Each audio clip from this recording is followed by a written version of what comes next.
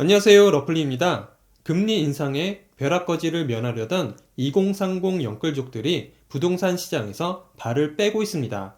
가파른 금리 인상이 경제력이 약한 청년들에게 상대적으로 더 큰 부담이 되는 데다 집값 하락이 이어질 수 있다는 불안감도 가중되고 있습니다.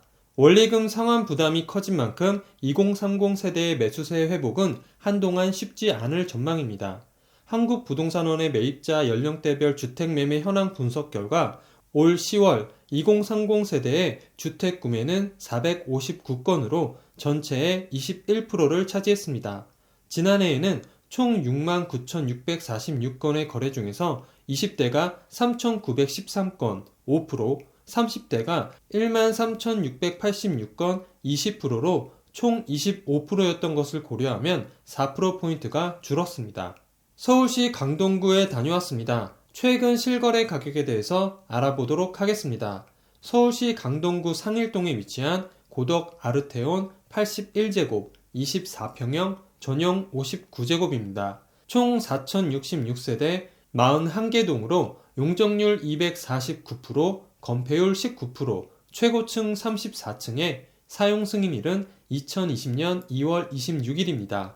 21년 8월에 거래된 8층이 실거래 가격 14억 6,500만원 대비 최근 22년 12월에 거래된 10층의 실거래 가격은 9억 8천만원으로 층수에 상관없이 4억 8,500만원, 33.1% 하락하였습니다. 참고로 20년 1월에 거래된 6층의 실거래 가격은 8억 1천만원입니다. 최근 전월세 거래로는 전용 84제곱 12층 7억원, 전용 59제곱 19층 4억 5천만원, 전용 84제곱 32층 5억 5천에 20만원, 1층 6억원, 전용 59제곱 3층 4억 5천만원, 전용 84제곱 6층 6억원에 계약되었습니다. 총 주차 대수는 6,405대, 세대당 1.57대로 여유로운 편입니다. 월 평균 관리비는 18만원 정도 나옵니다. 근처 지하철역으로는 도보 3분 거리에 5호선 상일역이 위치해 있습니다. 대중교통으로 강남까지 소요시간은 46분, 판교 65분, 시청 54분, 여의도 59분 정도 걸립니다. 교육시설로는 서울 고현초등학교, 강명중학교, 상일여자중학교, 고덕중학교, 상일여자고등학교, 강동고등학교, 광문고등학교가 있고 보육시설은 구립 아르테온 보혜 어린이집에 있습니다. 주변 상권 및 편의시설로는 이마트 명일점, 하나로마트 초이점, 하나로마트 고덕점, 코스트코 하남점, 홈플러스 강동점이 있고 미리네 공원과 명일공원이 있습니다. 근처 종합병원으로는 1km 거리에 강동경희대학교 의대병원이 위치해 있습니다. 반경 1km 이내에 학원 42개, 병원 56개, 편의점 21개, 약국 18개, 마트 2개가 있습니다. 2030 세대의 주택 구매가 줄어든 것은 집값이 가파르게 올라가자 최대한 빚을 내서 집을 샀던 2030 세대들이 근래 금리가 가파르게 상승하자 몸을 움츠렸기 때문으로 풀이됩니다. 금리 인상이 본격화된 올해 중반부터 이런 현상은 본격화됐습니다. 올해 1월부터 3월 2030 세대의 주택 매매는 2047건으로 전체의 25%여서 전년 수준과 비슷했습니다. 하지만 8월에서 10월 주택 매매는 1403건이어서 전체적인 수도 줄었고 비율도 22%로 3%포인트 빠졌습니다. 동래구의 부동산 관계자는 지난해에는 젊은이들이 어디서 듣고 오는지 어디 구역이 곧 개발된다던데 혹시 물건 없냐며 하루에도 몇 명씩 찾아왔습니다. 지금은 전체적인 수요가 준데다 젊은 층의 부동산 방문도 거의 없다고 말했습니다. 문제는 금리 인상 현상이 언제까지 이어질지 모른다는 점입니다. 7월 2.25%였던 기준금리는 지난달 3.25%까지 올랐습니다.